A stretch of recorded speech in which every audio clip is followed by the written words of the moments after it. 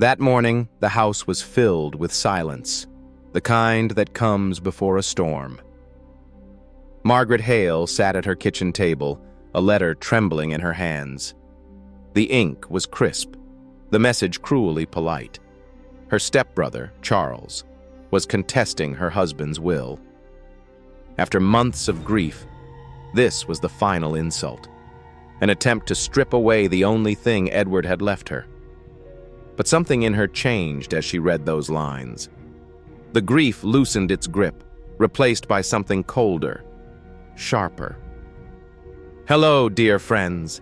I'm Mary Collins, and this is a new story about revenge and justice. Don't forget to like, comment, and subscribe for more emotional life stories. Margaret was the kind of woman who believed that peace was built from small, steady rituals. Every morning she opened the curtains to let in the first ribbon of sunlight. She set the kettle on the stove, took down the jar of Earl Grey tea, and breathed in the calming scent as steam began to rise. The ticking of the clock, the soft cooing of pigeons outside, the quiet hum of the refrigerator.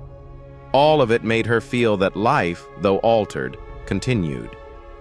Her husband, Edward, had been gone for nearly a year.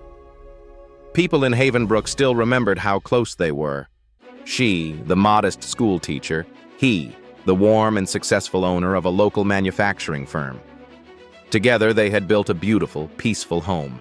Cream curtains, wooden furniture, a garden that smelled of roses and mint. Charles, Edward's stepbrother, had been part of their lives, if only loosely. He was a banker in the city, always impeccably dressed, his smile professional and hollow. He came to their dinners occasionally, full of polite jokes and invisible disdain. Edward trusted him. Margaret, not so much. When Edward's sudden heart attack claimed him, Margaret thought the worst was behind her.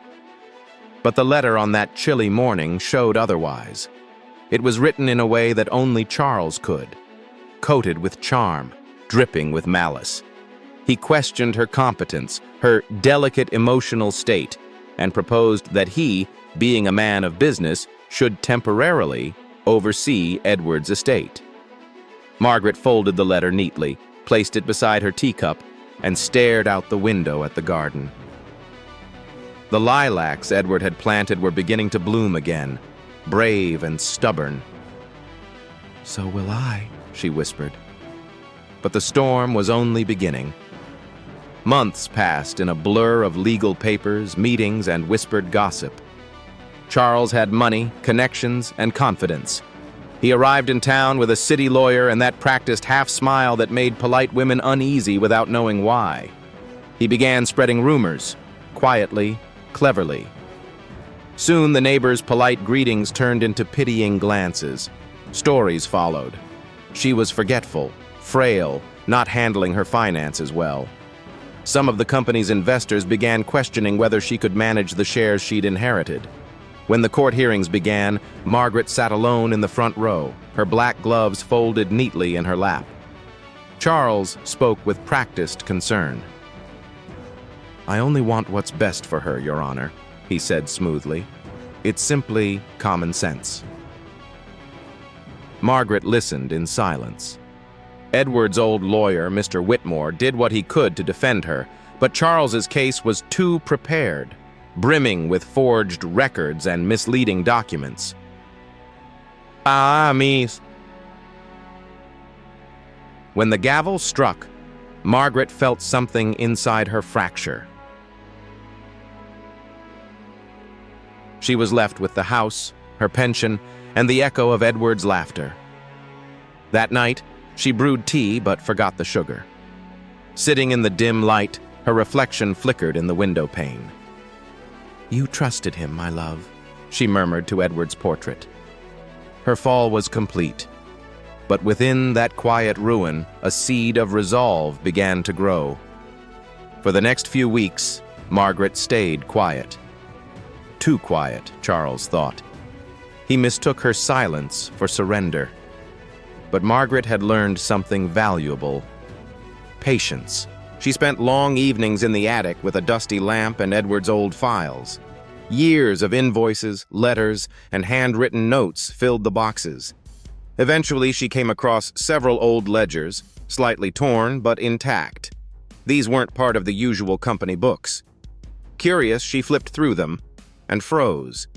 They were accounts Edward had kept privately, showing irregular transactions, funds missing during the years Charles served as junior financial advisor.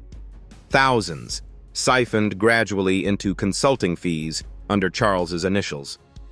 Her pulse quickened. Edward must have suspected something but never confronted his brother. Perhaps he planned to do so, but never got the chance.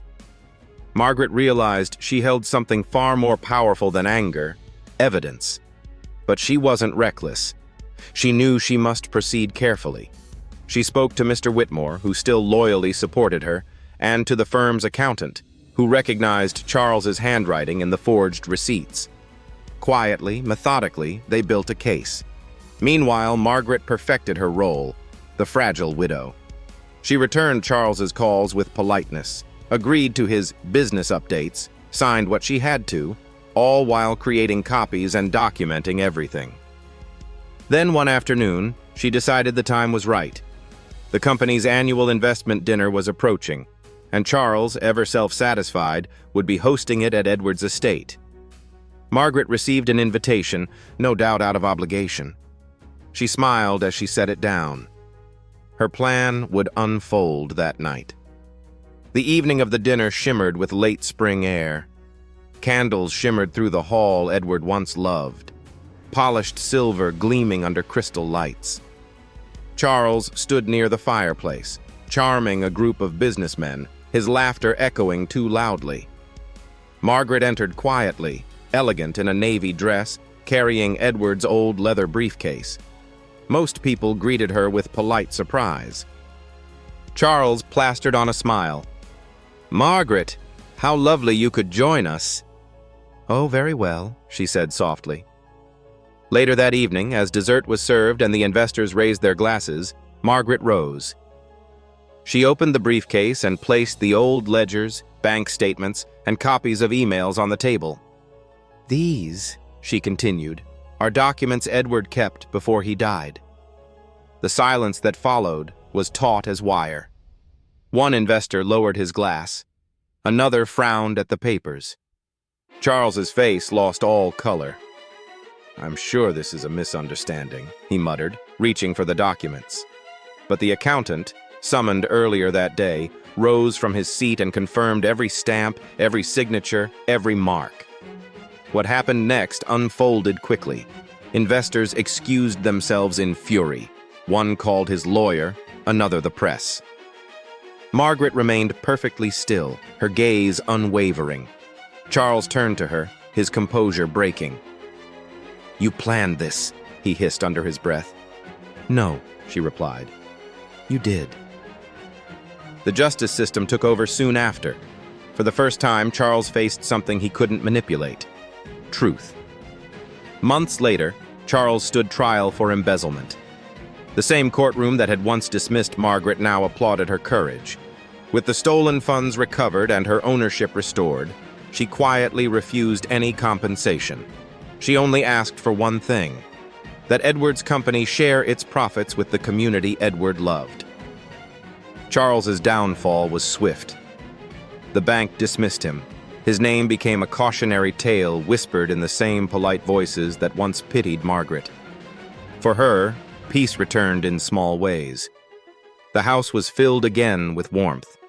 The kettle's whistle, the soft hum of the garden bees. Some evenings, she would walk among the lilacs and feel Edward's presence, tender and approving. She hadn't sought destruction, only balance. Justice had been served, quietly but completely. Years passed. Margaret transformed Edward's old company into a foundation for widows and women in need of financial education. Every week, she hosted tea gatherings where eager younger women learned how to handle their accounts and sign legal documents with confidence. Her life was gentle, but never passive again. The scar of betrayal had become the mark of wisdom. He now worked as a simple clerk in another town.